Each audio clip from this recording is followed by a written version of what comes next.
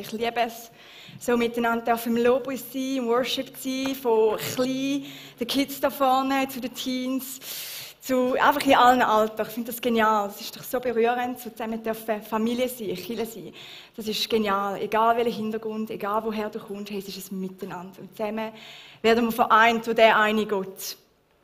Ich freue mich mit euch heute Morgen, so im letzten Teil von dieser Serie 4 Blickwinkel dürfen noch starten. Wir sind die letzten Sündigen, nämlich in die 4, also respektive 3 Evangelien eingetaucht. Wer von euch weiss noch welche? Fangfrage, gerade zum Anfang. Ja, ich höre da so ein bisschen murmeln. Johannes, Matthäus, Markus, die sind überall irgendwo da vorgekommen. Super. In dieser Serie geht es ganz einfach darum, dass wir die 4 verschiedenen Blickwinkel anschauen, wo jeweils der Autor von dem Evangelium, das er geschrieben hat, zeigt. Also über Jesus. Jeder Autor hat das Evangelium geschrieben, so aus einem bestimmten Blickwinkel. Und eigentlich ist es doch so ein bisschen zu vergleichen, wie wenn der Joni und ich zusammen an eine Hochzeit gehen. Und wenn wir nachher erzählen, wie es Hochzeit war, würde Joni sagen, das Steak war einfach perfekt gewesen. Der Apero, oh, so gut, der Gin Tonic, hat einfach gut, das super Hochzeit gewesen. Und ich will erzählen, wie wunderschön die Brut war, das Kleid, die Schleppe. Oder? So ist es doch manchmal. Wir erzählen eigentlich das gleiche Erlebnis, aber total verschiedene Blickwinkel. Und so ist es auch in dieser Serie, wenn wir die Evangelien anschauen, drin tauchen. Und das wollen wir heute Morgen nochmal machen, indem wir ins Lukas-Evangelium gehen, ins Letzte. Und wir starten gerade indem, dass wir ein Video schauen, einen Clip schauen vom ersten Kapitel, die ersten paar Verse. Ihr dürft einfach dafür am Bildschirm schauen.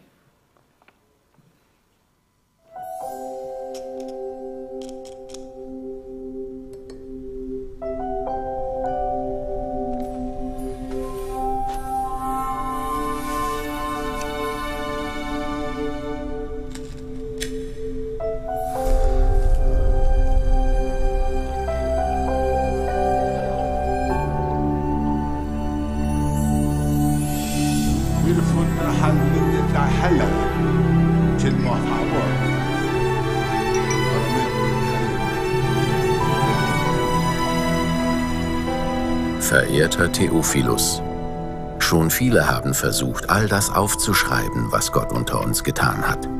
So wie es uns die Augenzeugen berichtet haben, die von Anfang an dabei waren. Ihnen hat Gott den Auftrag gegeben, die rettende Botschaft weiterzusagen. Auch ich habe mich entschlossen, allem von Anfang an sorgfältig nachzugehen und es für dich, verehrter Theophilus, der Reihe nach aufzuschreiben. So wirst du feststellen, dass alles, was man dich gelehrt hat, zuverlässig und wahr ist.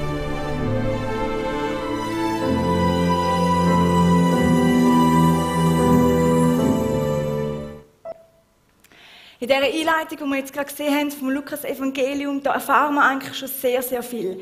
Und zwar ist da gesagt worden, wie schon viele Menschen probiert haben, Bericht über das Leben von Jesus aufzuschreiben. Aber für den Lukas hat das irgendwie noch so ein bisschen er war noch nicht ganz so zufrieden gewesen, er war unzufrieden gewesen. Ihm hat so ein Gesamtbild gefehlt. Man kann es so anschauen wie ein Puzzle, oder? Er hat so gewisse Berichte gelesen, aber er hat noch so ein vollständiges Bild wollen eigentlich niederschreiben oder zusammenrücken von dem Jesus.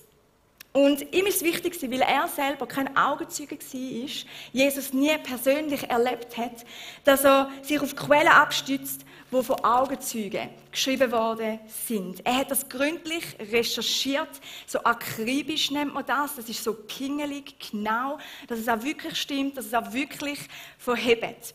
Und das Lukas-Evangelium, das ist auch so ein synoptisches Evangelium, das bedeutet, dass es viele Gemeinsamkeiten hat mit dem Markus-Evangelium, mit dem Matthäus-Evangelium. Es hat einen ähnlichen Aufbau. Es hat sehr viel Inhalt, der übereinstimmend ist. Aber der Lukas hat doch mehr als 1/3 selber recherchiert.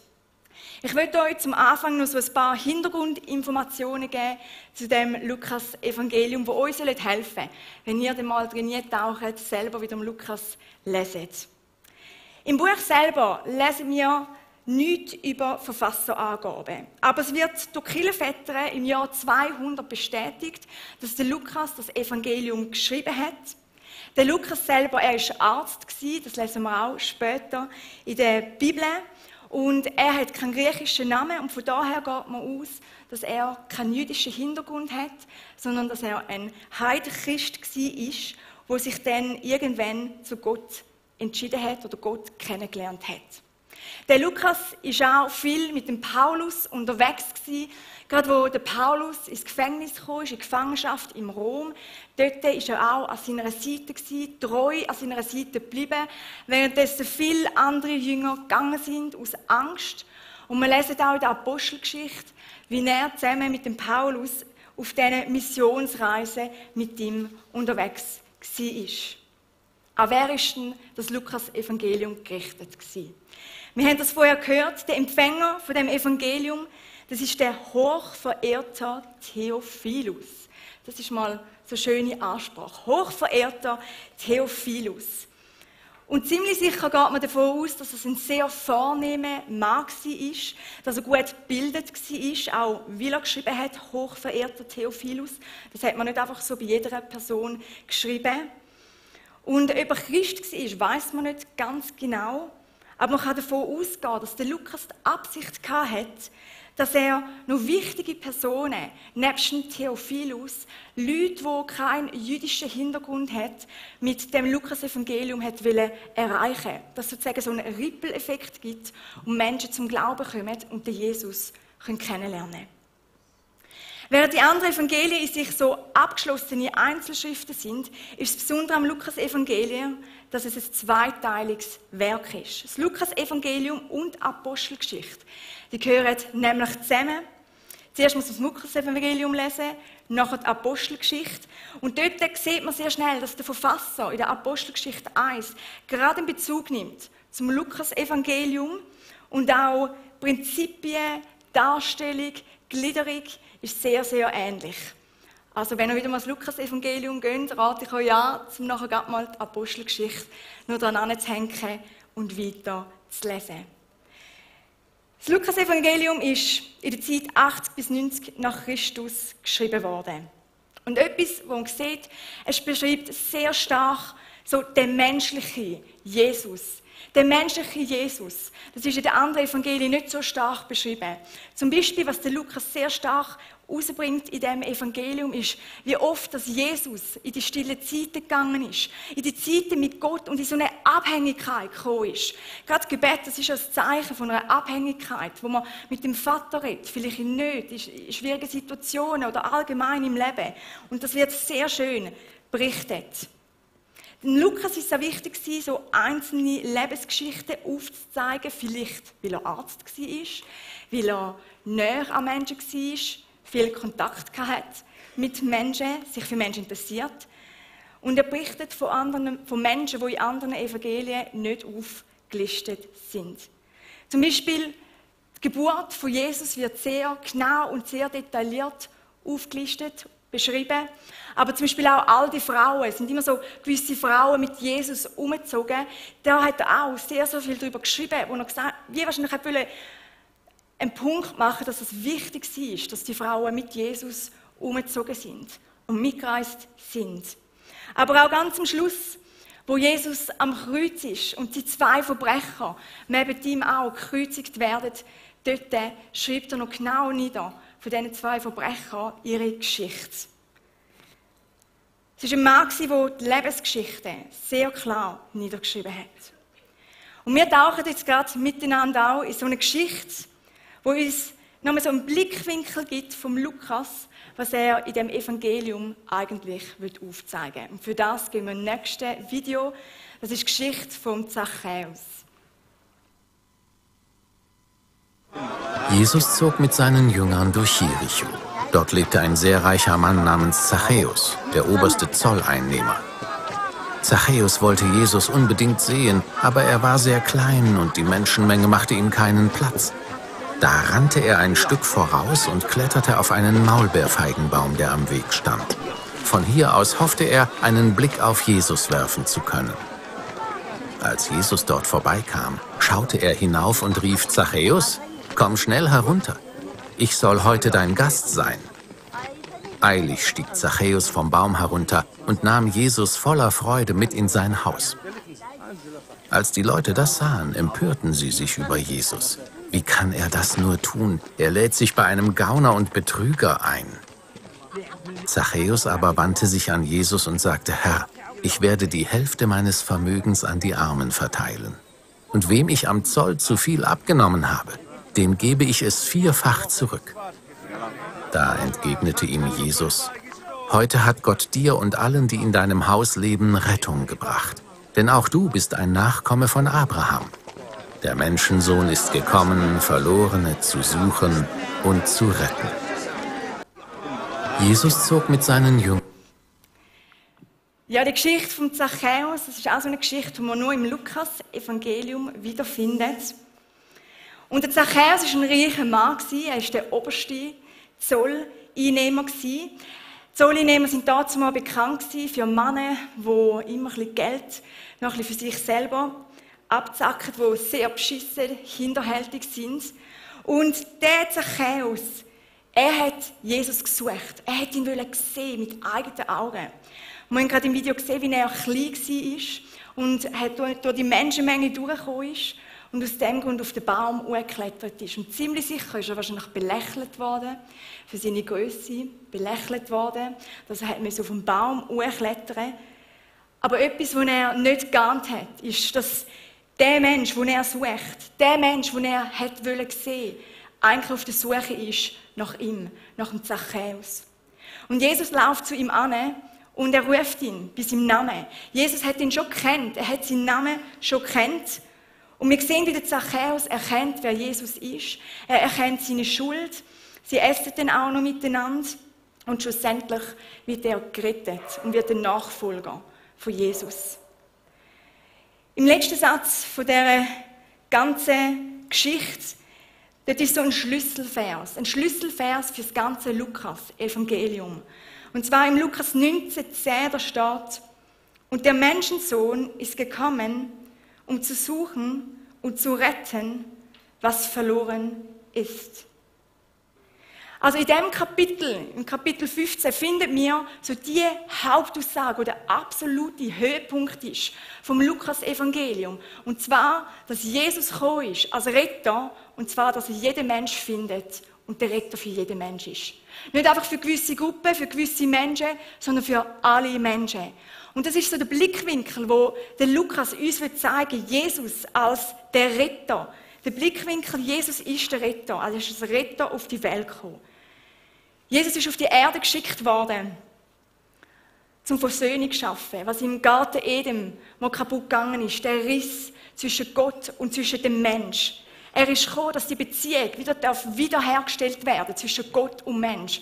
Und wir lesen im Lukas 4, wie Jesus in die Synagoge geht. Er nimmt die Schriftrolle führen und dort ist die Schriftrolle von Jesaja, wo noch Tausende von Jahren vorher geschrieben hat, prophezeit hat. Und er beschreibt, was sein Auftrag ist. Er liest vor. Und er sagt: Ich bin gekommen, um den Armen die gute Botschaft zu bringen. Ich bin gekommen, um die Gefangenen aus der Gefangenschaft zu befreien. Ich bin gekommen, dass die Blinden wieder sehen können. Ich bin gekommen, um die Unterdrückten zu befreien, um der Menschheit Freiheit zu schenken, dass sie frei sein dürfen. Er ist gekommen, um Menschen zu begegnen, dass sie Gott Angesicht zu Angesicht sehen, dass sie zu Gott zurückkehren. Dort, wo sich der Mensch abgewendet hat, kommt Jesus und er führt sie zurück an den Ort, wo sie Gott sehen können, weil er selber Gott ist, wo sie zu ihm zurückkehren können, in der Beziehung. Es sind vielleicht Menschen, die an ihre Grenzen gekommen sind in ihrem Leben. Vielleicht kennst du das selber auch. Oder du kennst so Menschen, die an ihre Grenzen kommen. Menschen, die sagen: Hey, da habe ich gar nie kommen in meinem Leben, an diesen Punkt. Aber ich komme alleine gar nicht weiter. Menschen, die sagen: Eigentlich wünsche ich mir, etwas könnte sich ändern in meinem Leben, aber ich schaffe es selber nicht. Und darum ist Jesus gekommen. Für die Verlorenen, um sie zu retten, um ihnen eine Hoffnung zu bringen, um ihnen Freiheit zu bringen, Erlösung zu bringen. Wer sind denn die Verlorenen?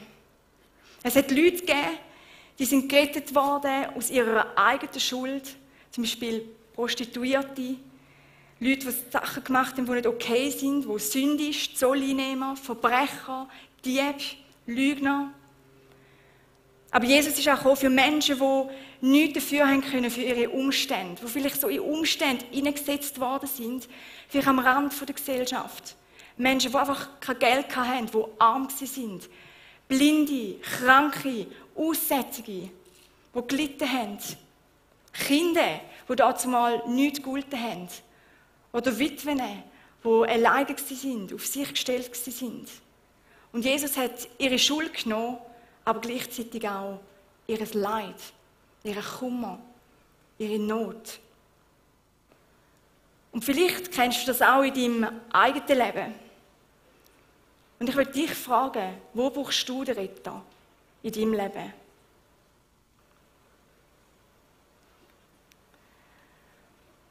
Neben den Zöllner und Sünder, das ist so der Überbegriff, wo man die Menschen darunter tun kann, Überbegriff von diesen Menschen, hat es aber auch noch andere Sparten von Menschen gegeben, und zwar die Schriftgelehrten und die Pharisäer. Und das waren Männer, die eine Leidenschaft hatten für Gott, eine Leidenschaft hatten für sein Gesetz, um das Gesetz genau zu befolgen. Sie haben versucht, so rein und so heilig zu leben. Und sie haben wahrscheinlich extra bewusst sich distanziert von diesen Menschen, die ich vorher jetzt gerade aufgezählt habe. Und was wir immer wieder lesen, ist, wie sie nicht einverstanden sind, dass Jesus sich mit den Sündern abgegeben hat. Man liest immer wieder, wie sie gemurrt haben, wie sie gesagt haben, hey, wie kannst du nur mit denen essen, das geht doch nicht. Wie kannst du nur mit denen Zeit verbringen, das ist nicht okay, das ist nicht rein nach dem Gesetz. Und Jesus ist es wichtig, um da einen Punkt zu machen und um allen Menschen zu zeigen, wieso dass er überhaupt auf die Welt gekommen ist und um was es wirklich geht. Und er erzählt 3 Gleichnisse. Die lesen wir im Lukas-Evangelium. Er erzählt 3 Gleichnisse. Und 2 Gleichnisse sind nur im Lukas-Evangelium aufgelistet. Und darum heissen die auch Zwillingsevangelium, weil sie auch die gleiche Aussage haben. Und wir wollen jetzt miteinander gerade nochmal in so einen Clip eintauchen und die Gleichnisse miteinander anschauen.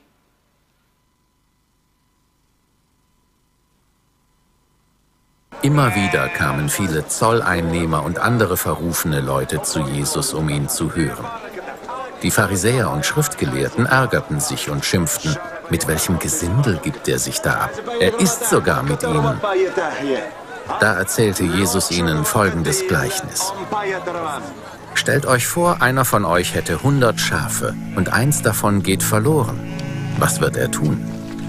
Lässt er nicht die 99 in der Steppe zurück, um das verlorene Schaf so lange zu suchen, bis er es gefunden hat? Wenn er es dann findet, nimmt er es voller Freude auf seine Schultern und trägt es nach Hause. Dort angekommen, ruft er seine Freunde und Nachbarn zusammen. Freut euch mit mir, ich habe mein verlorenes Schaf wiedergefunden. Ich sage euch, so wird auch im Himmel Freude herrschen über einen Sünder, der zu Gott umkehrt. Mehr als über 99 andere, die nach Gottes Willen leben und es deshalb gar nicht nötig haben, zu ihm umzukehren. Oder nehmt ein anderes Beispiel. Eine Frau hat 10 Silbermünzen gespart. Eines Tages verliert sie eine davon. Sofort zündet sie eine Lampe an, stellt das ganze Haus auf den Kopf und sucht in allen Ecken. Endlich findet sie die Münze. Sie ruft ihre Freundinnen und Nachbarinnen zusammen und erzählt, ich habe mein verlorenes Geld wiedergefunden. Freut euch mit mir.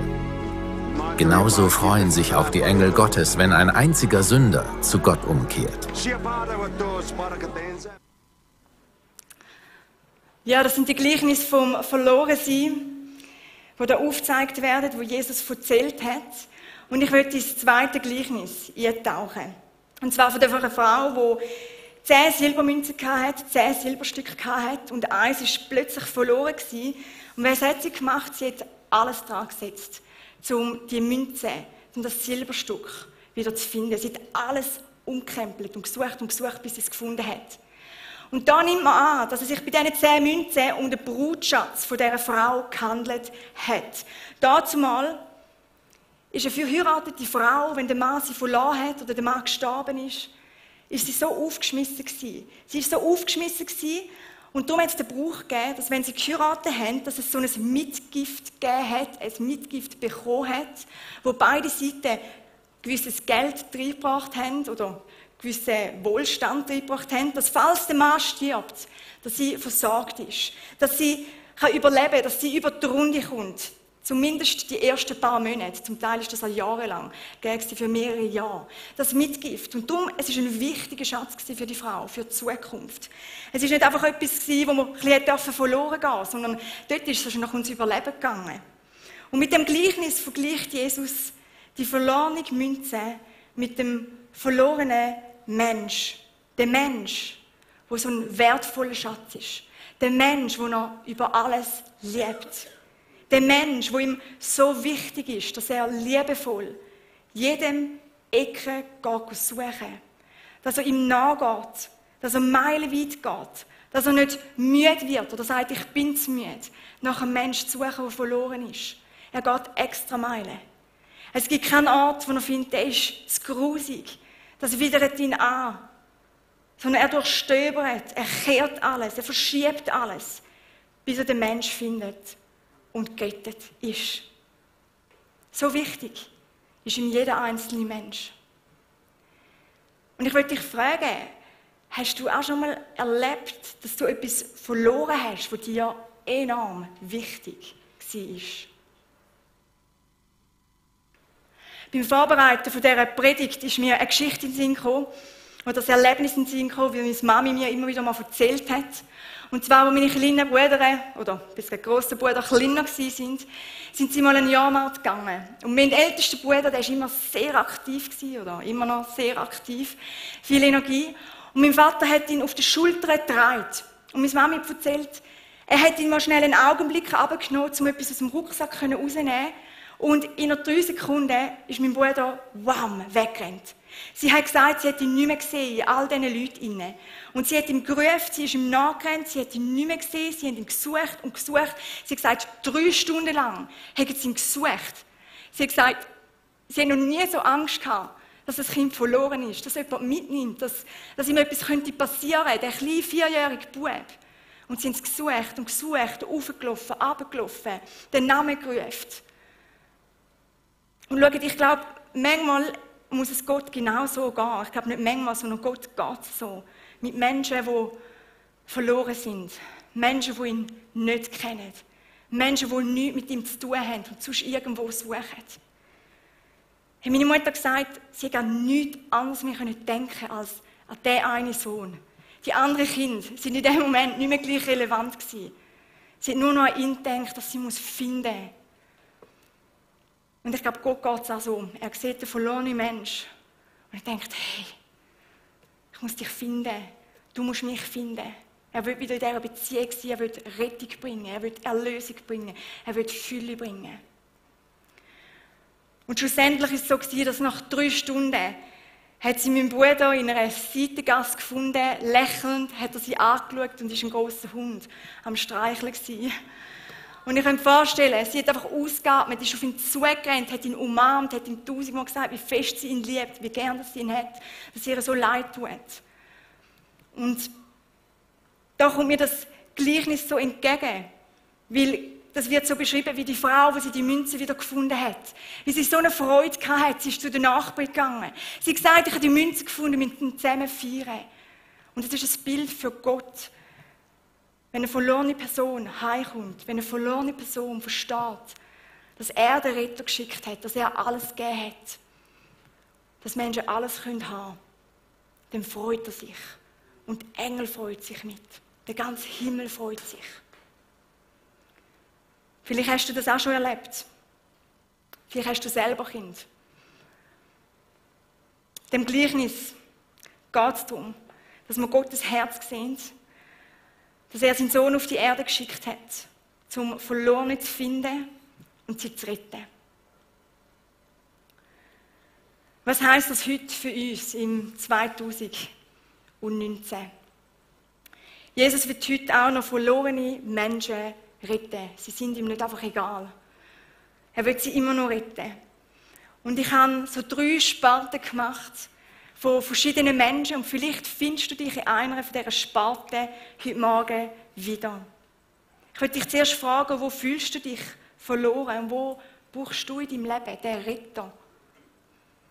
Vielleicht kennst du den Retter noch überhaupt nicht. Du hörst das erste Mal von ihm und du merkst, wie du auch die Rettung nötig hast, wie du den liebenden Gott kennenlernen willst, wie du entfernt bist von ihm. Und da würde ich dir sagen, hey, eine gute Nachricht, du bist nur ein Gebet von ihm entfernt. Nur ein Gebet, wo du dem Gott sagst, dass du den Retter annehmen willst. Und du darfst das mit Freunden machen neben dir, oder wir haben auch hinten ein Gebetsteam, das liebt, mit dir zu beten. Du darfst auch auf uns zukommen. Aber vielleicht sieht das in deinem Leben ein bisschen anders aus und du kennst den Retter. Aber vielleicht stehst du in einer Situation, wo du dich enorm verloren fühlst. Überforderung im Job, Familie, Ehe. Vielleicht ist es ein Kombi aus all diesen Sachen momentan in deinem Leben. Und schau, ich glaube, durch Überforderung im Leben kann so schnell Sünde entstehen. Dass wir faule Kompromisse eingehen, dass wir vielleicht Beherrschung verlieren, dass wir etwas sagen, was wir gar nicht sagen wollen, dass wir vielleicht mal zurückgreifen und zurück in eine Sucht gehen, wo mal drin gestanden ist. Auch Ängste können einem doch das Gefühl geben vom Verlorensein. Ich bin verloren in meinen Ängsten. Vielleicht eine Situation, wo du die Kontrolle total verloren hast. Wenn nahestehende Personen, die du liebst, dich verlassen, du fühlst dich verloren, fühlst dich vielleicht einsam, allein. Und der Retter wird dich heute Morgen, dich in diesem Leben, in deinem Verlorensein finden. Er wird dir Sicherheit geben. Er wird Sünde, Schuld, wird er dir vergeben. Er wird dir helfen, mit Schwierigkeiten umzugehen. Er wird dir helfen, durch die Schwierigkeiten durchzugehen. Er wird dir helfen, indem er dir Lösungen zeigen kann, indem er dich heilen kann. Ich will dich ermutigen. Auch wenn du das Gefühl hast, dass du keine Rettung verdient hast, wenn du das Gefühl hast, du hast alles falsch gemacht, hey, denk nicht so. Denk nicht, dass es für dich keine Rettung mehr gibt. Jesus ist der einzige Retter. Schau, nichts anderes kann dich retten auf dieser Welt. Nichts anderes. Und er geht jeden Weg, um dich zu finden. Er geht jeden Weg, dass du mit ihm kannst den Weg weitergehen. Und ich möchte dich fragen, lässt du dich auch von dem Jesus finden? Lässt du dich von dem Retter finden?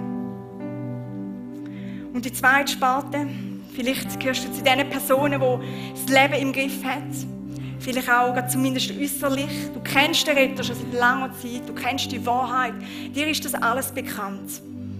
Aber vielleicht verhaltest du dich ähnlich manchmal wie die Pharisäer, oder? Sie sind gute, gottesfürchtige Menschen gewesen. Sie haben so genau nach dem Gesetz gelebt, sie haben es so gut gemeint. Aber sie haben den Jesus nicht erkannt. Und ich frage mich manchmal, wären wir vielleicht nicht auch ähnlich wie die Pharisäer, dass Jesus wieder kommen, dass wir ihn vielleicht gar nicht erkennen? Oder dass wir vielleicht sagen, ja Jesus, ich habe dich mal erkannt, aber ich mache es jetzt aus meiner eigenen Kraft. Ich probiere es selber. Und mir ist so eine Geschichte in den Sinn gekommen, in den Vorbereitungen, von einem Mann, der auf hoher See ist und plötzlich geht er ab dem Boot. Er geht über Bord, aber das Gute ist, er hat noch einen Schwimmreif bei sich gehabt. Und er ist in dem Wasser inne und plötzlich kommt das Boot und der Captain sagt, hey komm, ich helfe dir, ich rette dich, gib mir die Hand. Aber der Mann sagt im Wasser, nein, ist gut, ich habe ja einen Schwimmreif, es geht schon. Und er probiert selber wieder an Land zu schwimmen. Und das Boot fährt weg und irgendwann kommt es wieder und der Retter sagt, hey komm, ich helfe dir, ich rette dich, ich ziehe dich raus. Aber der Mann sagt, nein, es geht gerade noch, es ist gerade noch okay so, ich schaffe es, glaube ich. Das Gefühl, ich schaffe es allein. Aber eigentlich brächte Gott so einen Mehrwert in dein Leben und in mein Leben. Oder? Wie der Captain den Mann aus dem Wasser rausgeholt hat. Aber wie oft halten wir negative Situationen so lange aus, wie wir uns nicht bewusst wären, wie viel besser das wäre, wenn der Retter kommen würde. Wie wir uns manchmal nicht bewusst sind, zu was er imstande ist. Und wie fest er unser Leben positiv verändern kann. Oder ein Blinder kann auch mit dem Stock und mit dem Hund durchs Leben gehen und sagen, ja, es ist gut so, es ist gut so. Ich habe einen Hund, ich habe einen Stock, aber hey, wie viel besser wäre es, wenn der Retter kommen würde ihn heilen, würde ein Wunder tun und er würde sehen. Oder? So einen grossen Mehrwert. Und ich möchte dich fragen, wo hast du dich schon so an die Situationen gewöhnt? Vielleicht in deiner Ehe. Es ist halt jetzt einfach mal so. Es geht nicht anders. Es ist schon seit Jahren so. Vielleicht Schwächen, die du hast, Charakterschwächen. Hey, der Retter stellt sich aber als ein Erlöser vor. Ein Erlöser, der kommt, der dir helfen will. Und manchmal ist das ein Prozess, es geht nicht gerade in einem Moment. Aber ich will dich ermutigen. Ich will dich ermutigen in dem Sinne. Gott hat noch so viel mehr zu bieten. Hey, das Lukas-Evangelium zeigt uns, wie Jesus Wunder nach Wunder da hat, wie er Menschen begegnet ist, wie er Situationen können verändern. Und genau gleich hat der Jesus, der Retter, das heute Morgen. Und ich will dich ermutigen, um so ein Zachäus zu sein, wo der Jesus hat sehen, wo der Jesus eine Begegnung mit ihm haben. Ich will dich ermutigen, mit ihm zu reden. Ich will dich ermutigen, auf ihn zuzugehen, dich ihm zu nähern. Und du wirst sehen, wie es dich nicht wird einfach kalt lassen.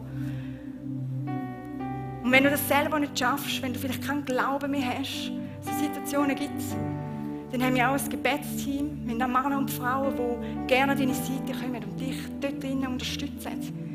Und das ist Kirche, zusammen auf dem Weg unterwegs sein. Und die dritte und letzte Gruppe, die ich noch ansprechen will, vielleicht Männer und Frauen, die schon lange mit dem Retter auch unterwegs sind. Und ich möchte dich fragen, wo in deinem Umfeld sind Menschen, die den Retter bräuchten, und zwar dringend. Wo sind Menschen in deinem Umfeld verloren? Und wo musst du vielleicht persönlich nochmal neu von dem Retter berührt werden, dass du überhaupt dir bewusst bist, was er auch bei deinen Nachbarn, bei deinen Freunden könnte tun. Vielleicht musst du dich auch nochmal neu berühren lassen, um überhaupt die Nöte zu sehen, um berührt zu werden von dem, wo Jesus berührt ist. Lassen wir uns vom Retter noch bewegen. Bringen wir den Retter in unser Umfeld, zu Menschen, die ihn so nötig hätten. Haben wir den Weitblick für die Menschen oder sitzt er einfach auf mir, was bei mir alles nicht gut ist oder was ich gerne hätte? Jesus ist als Retter gekommen, wie gesagt, nicht einfach für eine gewisse Gruppe, sondern für alle Menschen. Für alle Menschen. Und ich möchte jetzt zum Schluss noch beten. Und ich möchte dich ermutigen, in dem Sinne, das jetzt nicht einfach auf die Seite zu tun, sondern wirklich dir das zu überlegen und den Heiligen Geist zu fragen, vielleicht auch dort, wo du Rettung, Erlösung, Hilfe brauchst, dass du das vor diesen Gott bringst. Und darf ich euch bitten, zum Aufstehen? Die Teenies sind erlöst vom Sitzen. Vater im Himmel, ich möchte dir Danke sagen, dass du alles gegeben hast. Den geliebten Sohn, den du auf die Welt gebracht hast. Und er ist so ein armer Mann und hat uns reich gemacht, indem wir dürfen mit ihm unterwegs sein, indem wir von ihm gerettet werden. Und ich danke dir, Herr, bist du die Hilfe, die wir brauchen. Ich danke dir, Herr, dass es nicht einfach eine schöne Floskel ist, sondern dass du heute auch noch Menschen begegnen willst, als der Retter. Dort, wo wir stehen, dort, wo wir sind. Und ich bitte, dass du, Heiliger Geist, durch die Reihe durchgehst und Herzen berührst. Auch dort, wo Menschen nicht mehr daran glauben, dass du dort Rettung bringen kannst. Ich bete, Herr, dass du die Herzen aufmachst, dass du zu ihnen redest. Du bist so ein barmherziger, lieber Vater. Ich bitte dich auch, wirklich verwundert, dort, wo es Wunder braucht, Herr, für dein übernatürliche Wirken. Hey, nimm dir doch kurz einfach eine Minute Zeit, um mit diesem Gott zu connecten, um ihm die Sachen zu bringen, um ihm die Sachen zu sagen, die dich beschäftigen, in dieser Ruhe.